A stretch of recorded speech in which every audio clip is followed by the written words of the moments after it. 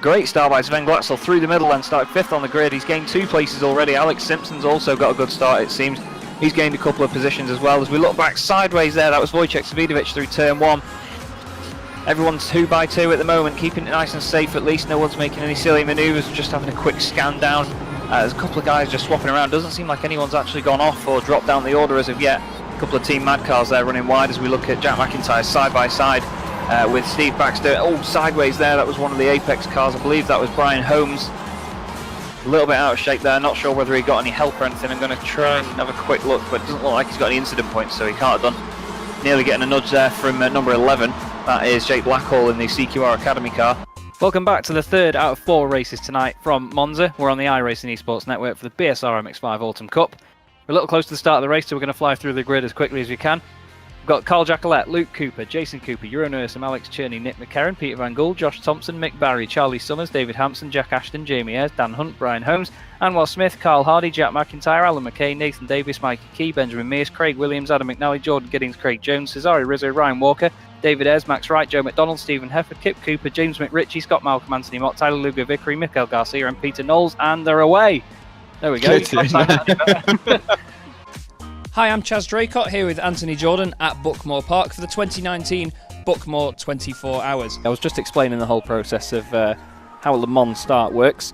You're going to see the guys on the right hand side run across, and the guys on the left are just going to stabilise the carts for them. But another point I just raised as well is that you could actually lose a couple of positions off this start. There is a lot to it. The number 28 machine there, the Jibtech All-Stars, was just explaining that they are one of the Clubman guys that have actually qualified quite high up in amongst the Pro Boys.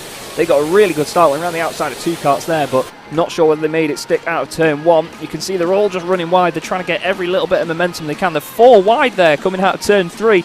Nearly going onto the grass. They're over the race director's red paint that he's going to be complaining about afterwards, I'm sure. But you can see now that the number 6 machine of Brentwood Banter out in front, and I believe that is Goldsmith in the car, who we were actually watching in practice and seemed very, very quick. And I mean, talking sim racing briefly, I mean, you and I are both involved in that world, but it's quite interesting when you get into a scenario like this to see how it translates into the real thing, because there's a lot more sort of forces involved, real G-forces and so on, that we don't get to experience. Yeah, pretty much. I mean, right, I was saying before we came on that my right arm is now pretty much dead. We could see he made a couple of little mistakes, and you could see him banging his hand on his helmet, and visual frustration at himself. But it's easy to get out there. I mean, we can see out the window now. It's very tricky conditions at the moment. The rain started coming down again.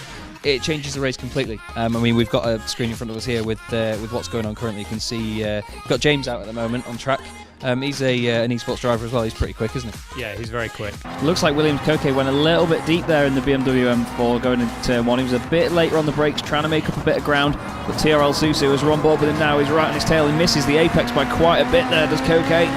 They're just getting closer together. There's still no contact between the two of them, though. Down the inside, though, Susu's really piling the pressure on already. He wants to get this done as soon as possible and go chasing after Jim Racer in the lead. It's going to be interesting to see what he can do as they go over the top of the mountain then. Still climbing up this way through the right-hander. This is a very, very difficult corner here, though. You chuck it through to the right and you want to just straighten the car up as best you can, but that left-hander just creeps up on you as you go over the crest. The grip disappears from you, and through McPhillamy Park they go. The downforce really at work here. Now watch these cars through here. There's Turismo Leicester in the very, very bright gold machine, completely chrome gold car up the hill. You're not going to miss him in a hurry. But he's got the his teammate of Turismo Defson ahead of him, and of course his teammate of Turismo Windfire behind him. So hopefully these guys working together as Windfire becomes very acquainted with the wall there through the right-hander.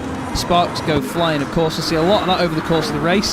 Some of these guys being careful not to pick up penalties, of course, because round here it's very important. TTG Zenit will be a bit gutted about that. Turismo Windfire, though, in this fantastic looking hideout. Wow, look at the dive by Zenit down the inside. He really puts Windfire off with that there. It's all about mind games with little dummies like that. But he doesn't quite get the move done. He's done it again into the next right-hander, and Windfire gets it on the apex, though. He's wise to it now after that first attempt. But it's giving Road Beef the opportunity to drive away here in the Porsche. Yeah, it's like some strange sort of farmyard battle. We've got Carl Lamb representing the lamb, we've got Beef representing the cow, and then Stagger representing the horse in the form of the Mustang. It's like some strange mixed grill. But Road Beef wants to hold on to this final podium position, of course. Stagger's putting the pressure on, but he's not really making inroads to them at the moment. He's not in a position where he can make a move. But Carl Lamb seems to be running away with it in this last lap. He's almost like he saved his tyres chasing Road Beef down, and then just popped out and run away with it. But I mean, speaking of running away with it, Turismo Defson 4-second gap at the moment. Here he is in the very mean-looking Lexus. I'm a really big fan of how that car looks, and it seems to go well as well, of course. He's really showing its worth at the moment. We didn't get to formally introduce you on camera next time. That's what Chaz Jacob looked like. Can you believe it? Yeah, Salazar just drove away with it, just completely went. He had pole position. He had the confidence then from that to take the pace into the race. And of course, once you've got that as a sim racer, you just know, you just switch off anything that, you know, anything that's going on behind you. You don't look at your rearview mirror, you just drive away. And that's exactly what he did. He did a cracking job of it as well, I must say. Of course, his teammates, though, making it a 1-2-3 for the Williams team. So they're going to be really happy about that going into this next race tonight. Say it could have been something connection-based, which, you know, is something to consider with any sort of esports event that we do. It's a lot of the time we sort of attribute it to like a real-life mechanical failure, for example, if something goes wrong, like it did for Koke earlier.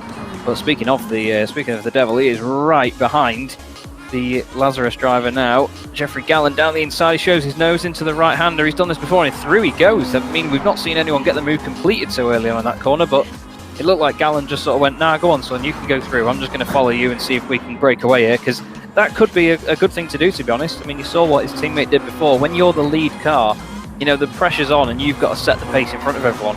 If you're following the car ahead of you, then, you know, you get a bit more of a reference to your braking point, where to turn in. You shouldn't need that, but, you know, it just makes life a little bit easier, doesn't it, when you're in a pack like that? Yeah, certainly. Look at this chase up here. It's fantastic. The helicopter overhead as well. This is McPhilmy Park. Real commitment from a racing driver down. A little bit of a wobble there from Didico. He's really fighting the car around this left-hander. It's like a sort of quadruple apex left-hander down the dip. Look how pretty Gran Turismo Sport is. It's wonderful with the sun shining in front of them. Not ideal when you're going down Skyline into the dipper then, and then they're going down towards Forest Elbow. Look at the cars wriggling all over the place. They're absolutely on the edge down here. And of course, no tyre wear to worry about, so they can take every liberty they want to. Oh, he runs a bit wide there, though, and that's really not going to help him. Wow, Carras has lost a lot of ground there, and surely Randall Haywood's going to be on the back of him and past here. So, these Aston Martins then are going to light it up one more time tonight. Away they go. A very subdued start. No one really making many moves around at the moment. Looks like Siswello's got a good getaway. Not so much a good getaway from McCabe. I think he might be letting his teammate Hazal through here. They're going into a left-hander though, and there's a Williams car. That is going to be Mangano trying to go down the inside. Mangano goes up to third. McCabe down to fourth in the first few corners, but he's going to get it back through the right-hander.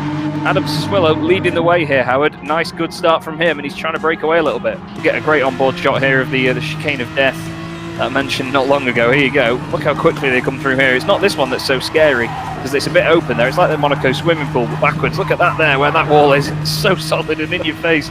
You don't want to be hitting that. It may be bright orange, but it doesn't make it any softer.